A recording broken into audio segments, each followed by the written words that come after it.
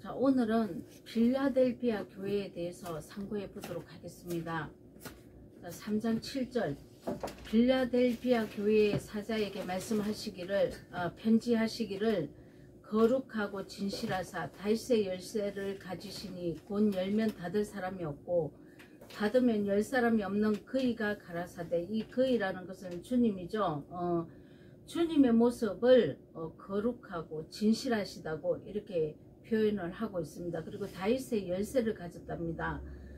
다윗이 이스라엘 나라를 다스릴 때 성전문을 열고 닫을 수 있는 권세를 가졌습니다. 그래서 예수님이 만왕의 왕이 되셔서 새 예루살렘 성을 열고 닫을 수 있는 열쇠를 가지신 분으로 이렇게 계시를 하고 있는 것입니다.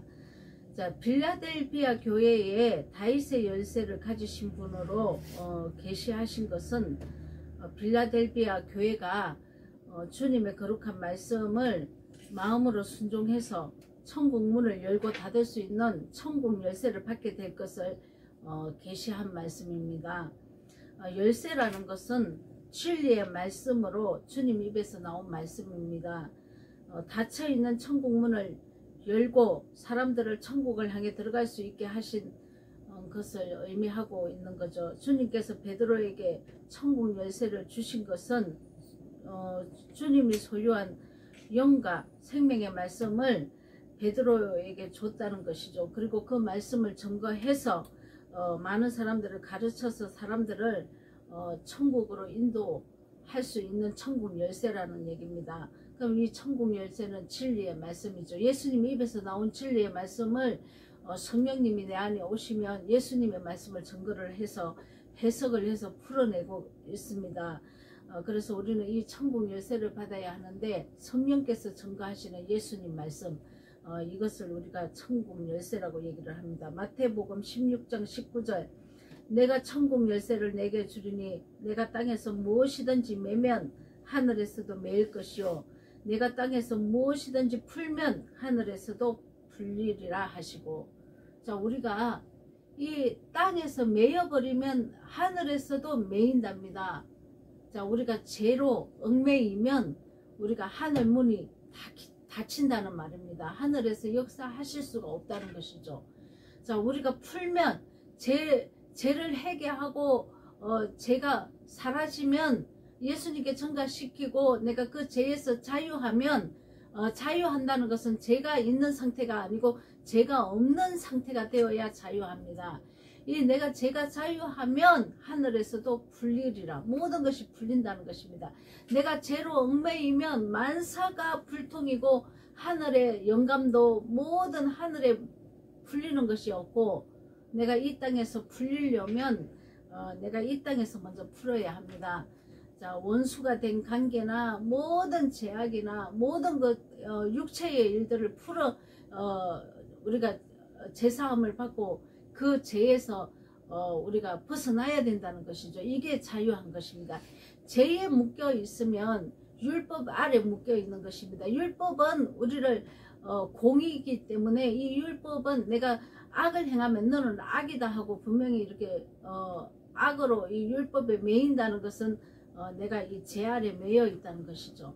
근데 우리는 이걸 풀어버려야 됩니다. 죄를 지은 것은 토설을 하고 예수님 보혈을 듣고 그리고 우리가 이제 다시는 그 죄에 거하지 않아야 하죠. 그러면 자유한 자가 되고 풀어지는 역사가 일어난다는 것입니다. 자, 8절 보겠습니다. 볼지어다 내가 내 앞에 열린 문을 두었으니 능히 닫을 사람이 없으리라. 내가 내 행위를 아노니 내가 적은 능력을 가지고도 내 말을 지키며 내 이름을 배반치 아니하였도다. 자, 적은 능력을 가지고 예수님 말씀을 지키고 배반하지 않았답니다.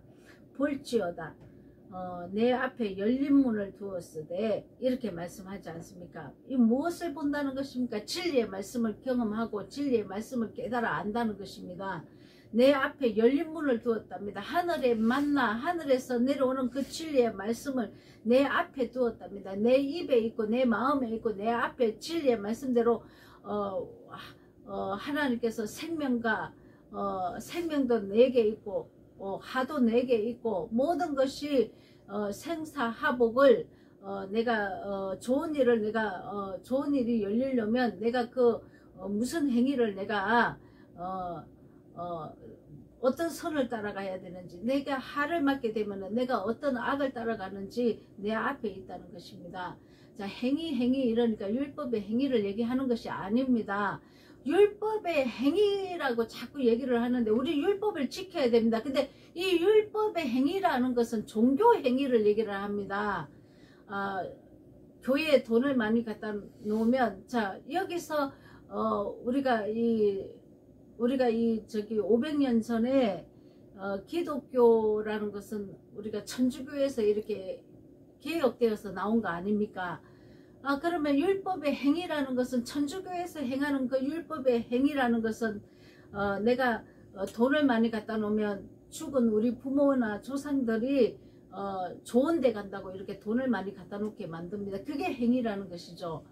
그리고 예수님 오시기 전에 짐승의 피를 잡아서 죄를 짐승에게 전가시키는 이런 짐승의 피를 내는 이런 행위를 얘기하고 할례를 얘기하니, 근데 우리가 이 피는 예수님께로 넘어갔기 때문에 예수님 앞에서 죄를 토설하면 그 피가 생명의 피로 바뀌는 것입니다. 이 피로 우리를 덮었기 때문에 짐승의 피가 대신 예수님께 다 전가시킨 거 아닙니까? 그리고 우리가 할례를 행한다 하니까 그 생식기의 표피를 잘라내는 이 포경수술, 이거를 얘기를 하는데 이런 행위가 아니라는 것이죠. 이런 행위는 아니고 내 마음에 그가죽을 잘라내는 이런 행위를 얘기하는 것입니다. 내 마음에 그가죽이 무엇입니까? 육체의 일, 이게 죄라고요. 육체의 일, 이것을 잘라내야 된다고. 내 마음이 변화를 받아야 된다고요. 육체의 일을 벗어버려야 됩니다. 미움과 혈기와 다툼과 분노와 사기치는 것과 남에게 이 허물을 내고 이렇게 우상 숭배한다는 게 뭡니까? 절에 가는 게 아니지 않습니까? 교회에서 돈을 사랑해서 돈을 거둬들이는 이 말씀으로 변개된 걸 얘기하고 있습니다. 이것이 우상 숭배고, 개인마다 마음에 탐욕이 가득해서 내가 탐욕과 탐심으로 돌아서면 많은 사람을 해하게 되어 있습니다. 그래서 이런 것을 금하게 하신 것이 이런 것을 우리가 벗어버려야 한다는 것이죠. 자, 이게 율법의 행위가 뭡니까? 율법의 행위가 그래서 우리가 종교 행위, 내가 11조 하고 교회에 이렇게 안 빠지고 다니고 이런 게 율법의 행위라는 것이죠. 근데 내 마음은 하나도 변하지 않고, 자, 이런 게 율법의 행위라는 것입니다. 자, 우리가 성전이 각자 각 사람이 되었기 때문에 율법의 행위를 하면 안 되고 율법을 지켜야 됩니다. 이 율법의 종교적인 이 율법의 행위는 버렸지만 우리가 버려야 합니다. 그러나 그리스도의 율법, 새 율법, 이 새 율법이 십계명에서 그대로 산상수훈의 하나님은 이웃 사랑하는 방법에 대해서 기록해놨기 때문에 우리가 이 율법을 버리면 안 되죠. 종교 행위를 버리라는 것이죠. 종교 행위, 이게 율법의 행위라는 것이죠. 율법을 절대로 버리면 안 됩니다. 종교 행위가 율법의 행위라고 이렇게 표현을 분명히 하고 있는데 그냥 뭉뚱그려 가지고 율법을 버리고, 자, 이러면 안 된다는 거죠. 그런데 우리가 율법 아래 갇혔다는 말을 로마서에서 많이 하고 있죠. 이 율법 아래 우리가 매인바되고 율법 아래 갇혔다는 것은 죄로 갇혔다는 얘기를 하는 것입니다. 그래서 이 죄로 갇혔을 때는 우리가 예수님께 죄를 전가시켜서 또 자유함을 받아야 되죠. 그리고 다시는 죄 짓지 말아야 합니다. 근데 이제 예수님께서는 서기관과 바리새인들에게 뭐라고 하셨냐면 천국 문을 닫았다고 얘기를 합니다. 진리의 말씀을 선포하지 않고 진리로 자유케 해줘야 되는데, 죄를 말을 해서 죄를 짓지 않도록, 죄를 지은 것은 예수님께 전가시키고 그 죄를 다시 범하지 않도록 이렇게 율법을 선포해서 생명으로 나올 수 있도록 해줘야 되는데, 서기관과 바리새인들은 그렇게 하지 않았다는 것입니다. 말씀을 잘 깨닫고 잘 알고 있었다는 것이죠. 그런데 예수님께 죄를 전가시키는 것을 가르치지 않았다는 것입니다. 예수님을 믿지 않았기 때문에 그렇죠. 자, 지금도 마찬가지입니다. 교회에 열심히 우리가 신앙생활을 하고 종교 행위를 합니다. 그러나 죄를 토설해서 예수님께 전가시키는 일을 하지 않으면 예수님하고 아무 상관없습니다. 반드시 죄를 토설해서 머리끝부터 발끝까지 다 씻고 나와야 합니다. 한번 내가 완전한 죄인인 것을 깨닫고 정말 입으로만 하는 것이 아니고 내가 정말 해결을 했다면 생명의 열매가 맺히게 되어 있습니다. 가짜로 했기 때문에, 그냥 입술로만 토설했기 때문에 내가 성령의 열매가 맺히지 않고 있다는 것이죠. 너희가 입으로는 말은 내게 가까운데 마음은 내게서 멀도다 한 이유가, 말은 주여 주여 하고 말은 주여 내가 회개했습니다, 내가 내 죄를 토설했습니다 하는데 회개의 열매가 맺히지 않는다는 것이죠. 그러면 하나님은 찍어버린다고 얘기를 하고 있습니다. 자, 우리가 잘 들어야 합니다. 자, 내가 정말로 회개했다면, 정말 내가 죄인인 것을 깨닫고 내가 잘못 살은 것을 예수님께 전가시켜서 회개했다면 죄를 이때부터는 끊어내게 되어 있습니다. 그래서 날마다 내가 변화를 받아서 거룩함으로 나오게 되어 있습니다. 근데 말로는 회개했다고 한번 했는데 그는 내 머리에서 한 거고 그냥 지식에 의해서 한 거지, 내 마음의 심령이 변화를 받아서 내 심령에서 정말 이 애통하는 회개가 한번 일어나지 않았다는 것입니다. 내 마음이 변화를 받아서 회개가 일어났다면은 반드시 내 마음에 변한 것이 밖으로 나오게 되어 있습니다. 그래서 성령의 열매를 반드시 내게 되어 있습니다. 근데 지식으로 채워서 알고 깨달은 것은 내 마음이 합해져서 한번 회개가 안 됐다는 것이죠. 회개가 됐는지 안 됐는지는 하나님만이 압니다. 그리고 내가 변화를 받아서 정말 날마다 내 옛사람이 죽는 것을 보면 내가 죽어가야 한다는 것이죠. 근데 하나님은 완전한 회개가 한번 일어났으면 손과 발에 대한 회개도 날마다 해야 된다고 분명히 얘기를 하고 있는데 이 이단들은 이것을 없애버린다는 거죠. 그럼 우리가 제사함을 또 받지 못하는데, 거룩함으로 날마다 살아야 되지만 완전한 거룩함으로 가는, 자, 우리가 에덴 동산에서 아담과 하와가, 아담이 잠들었을 때 하와가 탄생을 합니다. 갈비뼈에서. 이 갈비뼈라는 것은 골수입니다. 골수. 피가 흐르는 곳이죠. 이 피가 생성되고 만들어진다는 것이죠. 이 골수에서 하와를 빼냅니다. 이거는 어떤 사건이냐면 예수님께서 십자가에서 죽으실 때 교회가 탄생한다는 것이죠. 그럼 저와 여러분들은 다 교회입니다. 이것을 믿었기 때문에 제사함을 받고 예수님의 은혜로 내가 교회가 된 것이죠. 근데 이런 상태는 엄려라는 것입니다. 내가 교회가 되었는데 완전하게 내가 그리스도의 말씀을 따라 내가 살 수 있습니까? 아니요, 못 살아요. 처음에 어린아이기 때문에 막 그냥 태어났는데 이제 그때부터 진리가 보이기 시작합니다. 그래서 자라는 기간이 있습니다. 이제 이때가 창세기 첫째 날입니다. 자, 태초에 말씀이 계시니라. 자, 태초라는 것은 그리스도입니다. 그리스도 안에 말씀이 계시니라. 이 말씀이 내 안에 이제 들어온 겁니다. 이때가 첫째 날입니다. 이 첫째 날이 어둠이 있고 이제 말씀이 들어왔기 때문에 많은 부분 지금 내 심령이 어둡다는 것이죠. 그런데 하나님은 벗겨내시기를 원하십니다. 내가 이런 상태이기 때문에 엄려라는 것이죠. 엄려. 내가 진리와 비진리가 이제 비진리만 있던 나에게 진리가 들어오는 사건입니다. 근데 너무 작게 들어왔죠. 첫째 날이기 때문에. 그런데 하나님은 이 첫째 날을 다루시고 순종할 수 있을 때까지 이끌어 갑니다. 사람에 따라서 빨리 끝나는 사람도 있지만 몇 년 걸리는 사람도 있고 10년이 지나도 이 첫째 날이 안 끝나는 사람이 있습니다. 그런데 이 첫째 날을 내 속에 있는 이 옛사람의 이 성품을 하나님은 이끌어 가시는데 이 첫째 날에 승리를 해야 둘째 날로 넘어갑니다. 그런데 우리가 여섯째 날까지도 엄려라는 것이죠. 666이라는 것입니다. 자, 여섯째 날까지 가면은 내가 엄청나게 자랐겠죠. 이 신앙이 엄청나게 이 진리로 성장도 하고 자랐다는 것입니다. 그래서 이게 우리가 아주 유명한 자가 많이 나와 있다는 것이죠. 그래도 아직 6이라는 것입니다. 완전히 내가 완전히 죽어야만 7 안식 안에 들어갑니다, 여러분. 그래서 우리가 완전히 안식 안에 들어갈 때까지 6이라는 것입니다. 음녀라는 것입니다. 음녀.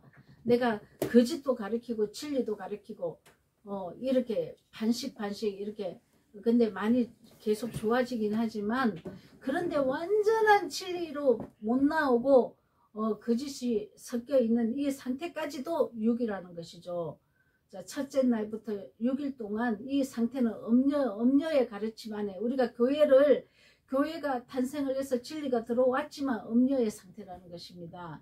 저와 여러분이 이런 상태에 있는 사람도 있고, 아직까지 첫째 날에 들어오지 못한 사람도, 아직 그리스도 예수의 피를 덮지 않고 아직까지 죄를 토설하지 않고 있는 사람이 지금 80~90%가 넘으니까 저는 그렇게 생각합니다. 왜냐면은 제가 은사가 나타나고 내가 제자 훈련을 했을 때도 내가 첫째 날 안에 내가 못 들어왔으니까요. 은사가 불일 듯이 일어나고 제자 훈련을 하고 밤낮으로 성경 말씀을 상고하고 이렇게 내가 이렇게 했을 때도 첫째 날 십자가에서 연합하지 않았으니까, 완전히 예수님께 내 죄를 토설해서 나오지 않고도 얼마든지 은사도 일어납니다, 여러분. 그래서 우리가 이 말씀이 이어져야 되는데, 십자가에서 예수님께 내 죄를 완전히 토설하고 내가 얼마나 큰 죄인인지, 얼마나 시편에 보면 다윗이 이렇게 고백합니다. 너는 구덕이라고 얘기를 해요. 야곱에게 또 구덕이라고 그러고 구덕이라고 그러죠. 구덕이 같은 존재라는 것이죠. 얼마나 더러운 똥통에서 자라나는 구덕인지 우리 자신이 어떤 자인지 깨달아야 합니다. 그래서 우리가 예수님 은혜 아니면 살 수 없는 그런, 우리가 각자가 깨닫고 예수님께 하나님 죽인 죄인인 것과 내 자범죄를 반드시 토설을 해서 내가 예수님의 십자가 보혈을 듣고 나와야 한다는 것이죠.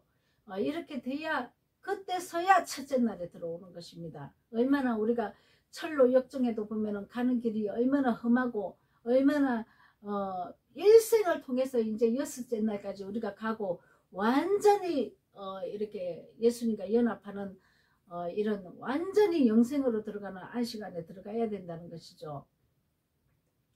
자, 그래서 우리가 가정이 많이 남아 있습니다. 자, 예수님 십자가 보혈의 은혜로 구속함을 받았으면 그게 끝이다, 그게 다다, 이건 변하지 않는다, 이렇게 얘기하면 잘 다시 새겨 들어야 합니다. 자, 그래서 베드로후서 3장 16절 한번 보겠습니다.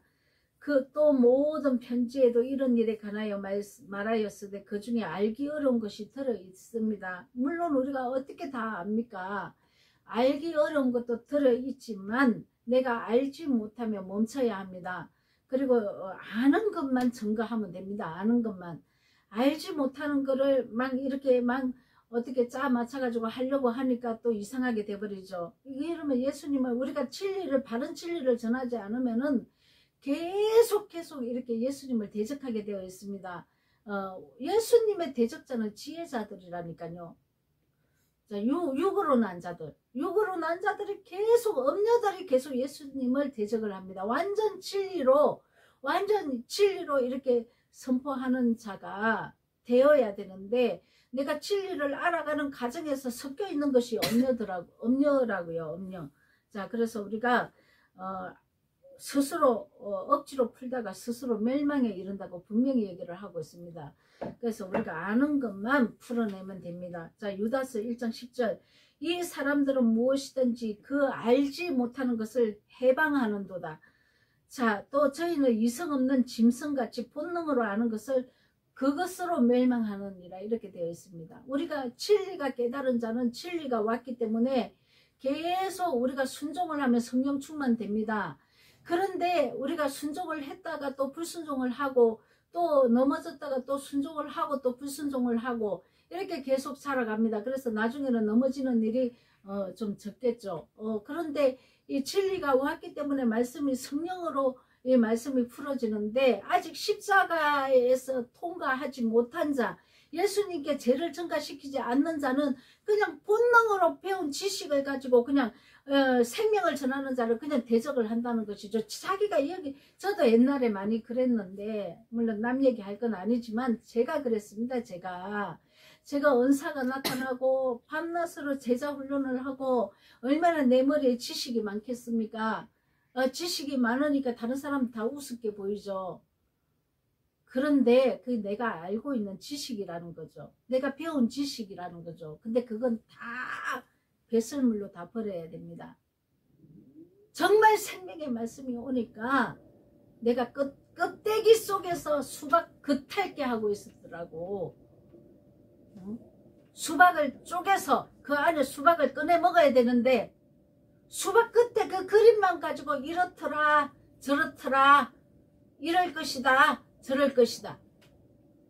자, 은사는 나타난다니까요. 근데 그게 아니에요. 정말 진리의 성령이 오면 말씀 안에, 자, 태초에 말씀이 계시니라. 자, 태초에 말씀이 계신다. 이거는 문자적이지 않습니까? 그런데 진리의 성령이 오면 이 말씀이 보입니다. 태초 예수 그리스도 안에 진리의 말씀이 있는 것입니다. 내가 회개가 되고 들어와야 그 말씀이 내게 그때부터 나를 창조해 나가기 시작합니다. 여러분. 자, 진리의 성령은 하나님이시기 때문에 하나님이 해석하시는 것입니다. 하나님이 내 안에 오셔야, 그 하나님이 누굽니까? 말씀입니다. 말씀이 내 안에 들어와야만 그 말씀이 해석되어서 나를 변화시켜 갑니다. 자, 그래서 문자와 진리의 성령이 와서 진리 성령께서 가르치는 것은 하늘과 땅입니다. 이거는 땅이고 이거는 하늘이라는 거죠. 진리의 성령을 체험하지 못하고 지금 아직 진리의 성령이 오지 않는 사람이 배운 지식으로 박사학위를 따서 신학교 교수가 되고 많은 사람들이 이것을 배우고 나와서 진리를 전하는 자를 대적한다는 것이죠. 자, 여러분, 내가 모르면 기도하고 성령을 구해야 하는데 우리가 성령을 구하지 않고, 물론 해결가 되지 않으니까 성령이 오지 않겠지만은, 자, 먼저 해결을 하고 성령을 구해야 합니다. 그러면 성령께서 나를 또 날마다 해결할 수 있도록 인도하신다는 것이죠. 자, 그래서 누가복음 10장 21절 보겠습니다. 이때에 예수께서 성령으로 기뻐하사 가라사대 천지의 주제이신 아버지여, 이것을 지혜롭고 설기 있는 자에게는 숨기시고 어린아이들에게는 나타내심을 감사하나이다. 옳소이다. 이렇게 된 것이 아버지의 뜻입니다. 어린아이들은 너 잘못했잖아, 다시는 그러지 말아야 돼, 이러면 네 알겠습니다, 잘못했어요 하고 웁니다. 자, 그런데 지혜 있다고 하는 자는 그 잘못됐다고 얘기를 하면 대적을 합니다. 자, 이 차이라는 것이죠. 자기가 알고 있는 것, 나는 박사학위도 땄는데, 나는 학장이고 총장인데. 자, 그래서 적은 능력을 가지고 내 말을 지켰다는 것은 우리가 구약에 보면은 열왕기상 17장 12절에서 16절 보겠습니다. 저가 가로되 당신의 하나님 여호와의 사심을 가리켜 명세하되 나는 떡이 없고 다만 통에 가루 한 움큼과 병에 기름 조금뿐이라. 내가 나무가지 두엇을 주어다가 나와 내 아들을 위하여 음식을 만들어 먹고 그 후에는 죽으리라. 자, 엘리야가 저에게 이르되 두려워 말고 가서 내 말대로 하려니와 먼저 그것을 나를 위하여 작은 떡 하나를 만들어 내게 가져오고 그 후에 너와 내 아들을 위하여 만들라. 이스라엘 하나님 여호와의 말씀이 내 여호와가 비를 시면에 내리는 날까지 그 통의 가루는 다하지 아니하고 그 병의 기름은 없어지지 아니하리라 하셨느니라. 저가 가서 엘리야의 말대로 하니 저와 엘리야와 그 식구가 여러 날 먹었으나 여호와께서 엘리야로 하신 말씀같이 통의 가루가 다하지 않고 병의 기름이 없어지지 아니하리라. 자, 극심한 기근 때를 얘기를 하는데 이 적은 능력이 무엇일까요? 자, 한 움큼 떡은 이제 더 이상 먹을 떡이 없고 한 움큼 이 가루가 통에 한 움큼 있었답니다. 너무 적은 떡이죠. 진리의 말씀을 얘기를 합니다. 이 진리의 말씀을 자 이때 이세벨의 가르침으로 모든 이스라엘 백성들이 다 변질되어서 거짓 복음을 따라가고 있는데 이 가부 이 왜 가부입니까? 왜 가부와 아들입니까? 자 거짓을 가리키는 목자, 거짓을 가리키는 목사한테서 떨어져 나왔다는 것입니다. 거짓을 가리키는 목사에게서 떨어져 나와서 진리를 찾고 있는데 이 진리를 풍족하게 주는 목사가 아직까지 찾지 못했다는 것이죠. 자 그래서 한우금 그래도 자기 속에 있는 이 진리가 조금 남아 있다는 것입니다. 이제 이 말씀을 내가 다 먹었는데 이제 더 먹어야 되는데 아직 소량만 조금만 먹고 남았다는 것이죠. 그런데 이 먹고 내가 이제 죽을까 하노라 이렇게 얘기를 합니다. 자 그런데 엘리야가 갔을 때 이것을 만들어서 내게 가져오라 그랬습니다. 자 내게 가져오라 이게 무슨 뜻일까요? 자 이 가부 아직 하나님 예수 그리스도와 연합되지 않은 자들이 가부입니다. 기존의 거짓 진리를 육적인 복음 거짓 진리 세상 축복을 가리키는 이 말씀을 먹던 사람은 지금 이것은 진리가 아니다 하고 분별하고 나와서 진리를 좀 가지고 있는 상태이기 때문에 엘리야가 갔을 때 이 가부에게 아직 예수님과 연합하지 못했기 때문에 가부라고 하는 것이고 엘리야가 갔을 때 이 가부에게 떡을 만들어서 내게 가져오라 했을 때 이 뜻은 뭐냐면 진리의 말씀을 서로 맞췄다는 한번 이렇게 들어봤다는 것입니다. 네가 가지고 있는 네 속에 있는 진리를 한번 풀어놔 봐라. 내가 한번 들어보겠다. 지금 이 뜻입니다, 여러분. 그래서 이 말씀을 떡을 만들어서 엘리야에게 말씀을 풀어내니까 엘리야가 이 진리를 가지고 있으니까 그 작은 떡 아주 많지는 않지만 이렇게 진리를 가지고 있는 것을 보고 엘리야가 여기에 기름을 붓게 한 거죠. 자, 빈 그릇을 가져와서 빈 그릇이 아니고 기름을 통에 가루 기름이 없어지지 아니하리라. 자 기름 뭡니까? 이 생명의 말씀이 내게 왔습니다. 이제 엘리야가 가르친 말씀으로 완전 풍족하게 부어줬죠. 그런데 말씀이 왔는데 기름이 흐르게 하려면 내가 반드시 순종이 되어야 합니다. 내가 말씀만 채워놓고 가득 채워놓고 내가 순종을 하지 않으면 기름이 흐르지 않습니다. 성령 충만하지 않습니다. 성령 충만한 것은 날마다 말씀이 내게 채워지고 그 말씀에 따라 내가 기름 부음이 흐르게끔 계속 내가 순종으로 나와야 기름이 흐른다는 것이죠. 그래서 통에 가루가 다 진리의 말씀이 내 속에 채워졌으면 기름이 흐르도록 이렇게 기름이 없어지지 아니하리라. 이렇게 가부에게 이렇게 기름을 부었다는 것입니다. 자 우리도 이 진리의 말씀이 이제 우리가 조금이라도 우리가 진리를 가지고 있으면 진리를 전하는 자의 말을 듣게 되어 있습니다. 분별할 수 있는 능력이 있다는 것이죠. 그래서 우리가 거짓을 전하는지 진리를 전하는지 내가 조금의 이 해계된 자 이 나뭇가지를 주워다가 이렇게 얘기하지 않습니까? 이 나뭇가지는 십자가 은혜입니다.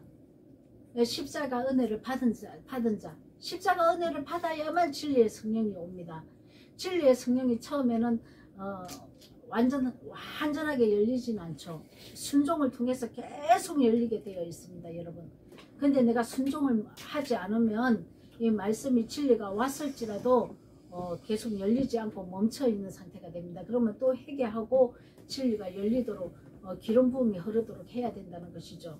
자, 오늘 여기까지 하겠습니다. 저와 여러분 기름 부음이 흐르도록 진리의 말씀 안에서 날마다 회개하고 또 순종하는 저와 여러분이 되기를 예수 그리스도 이름으로 축원드립니다.